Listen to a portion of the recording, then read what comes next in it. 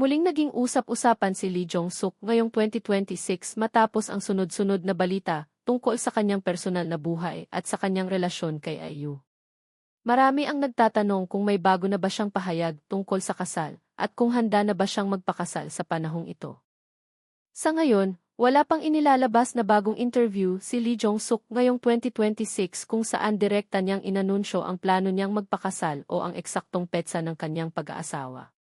Gayunpaman, muling binalikan ng mga tagahanga ang kanyang mga nakaraang panayam kung saan naging bukas siya sa kanyang pananaw tungkol sa pag-aasawa at sa pagkakaroon ng sariling pamilya.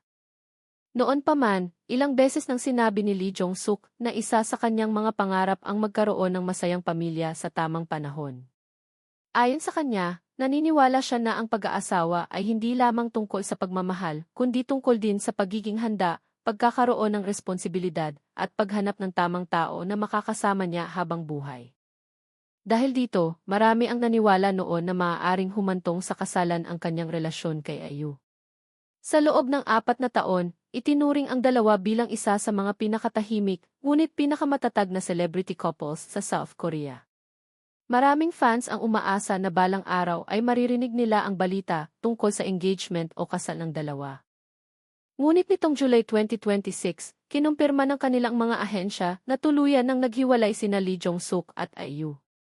Ayon sa mga ulat, naging abala ang kanilang mga schedule at unti-unti silang nagkaroon ng mas kaunting oras para sa isa't isa.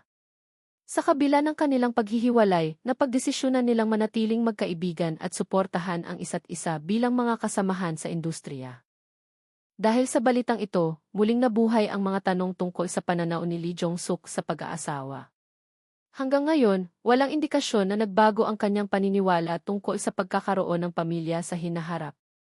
Ngunit sa kasalukuyan, mas nakatuon siya sa kanyang karera at sa kanyang mga bagong proyekto bilang aktor.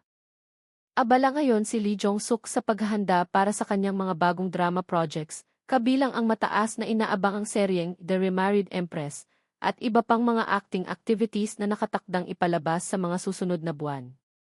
Habang abala siya sa trabaho, maraming fans ang patuloy na sumusuporta sa kanya at umaasang makikita siyang masaya, maging sa kanyang personal na buhay o sa kanyang karera. Sa ngayon, ang status ng usapin tungkol sa kasal ni Lee Jong-suk ay nananatiling isang pangarap na gusto niyang maabot balang araw, ngunit wala pang kumpirmadong plano o bagong pahayag tungkol dito ngayong 2026.